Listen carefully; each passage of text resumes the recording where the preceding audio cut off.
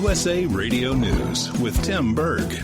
President Trump is meeting with Pakistan's Prime Minister today at the Oval Office. The two are expected to discuss counterterrorism, defense, and trade. Now, one of the other things on the Trump administration's mind is Special Counsel Robert Mueller testifying before Congress on Wednesday.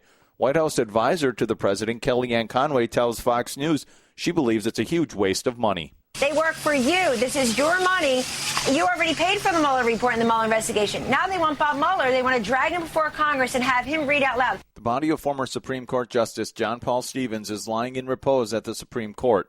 Justice Elena Kagan says it was hard to fill Stevens' shoes when he left the court. It gave me a special reason for thinking of Justice Stevens as a hero, for recognizing his judicial greatness and for honoring his legacy. This is USA Radio News. Equifax is agreeing to pay up in the largest data breach settlement ever. With more on the story, here's USA Radio Network's Chris Barnes. Credit reporting company Equifax is agreeing to pay as much as $650 million to settle state and federal investigations into an enormous data breach in 2017.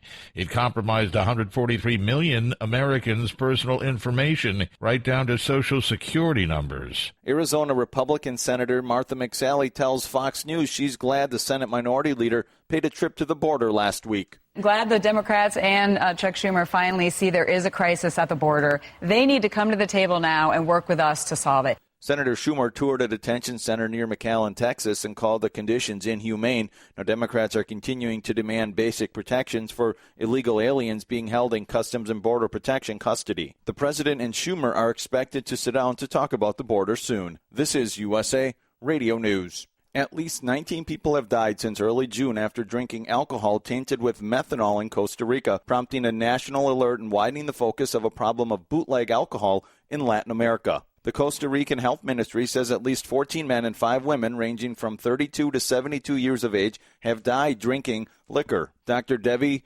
Nyampia Par Ampil is an associate professor at the New York University School of Medicine. She tells Fox News some of the dangers of methanol. The problem with methanol is that it's so much more dangerous than alcohol. It can make you blind, it can damage your kidneys, and you might not even realize this at first, and then you can die. Even 30 milliliters, which is 2/3 of a shot glass, that's enough to cause permanent blindness. A new law passed in Oregon has many schools across the nation taking note. With more on the story, here's USA Radio Network's John Hunt. A new law in Oregon allows students to take mental health days now, just as they would sick days. The teens behind the bill say it's meant to respond to a mental health crisis throughout all schools. Governor Kate Brown signed the measure into law. The Oregon Health Authority reports suicide as the second leading cause of death among those in the state ages 10 to 34. Nearly 17% of 8th graders say they've considered taking their own life within the last 12 months. And finally, in entertainment news, Avengers Endgame is now the all-time leader at the box office worldwide.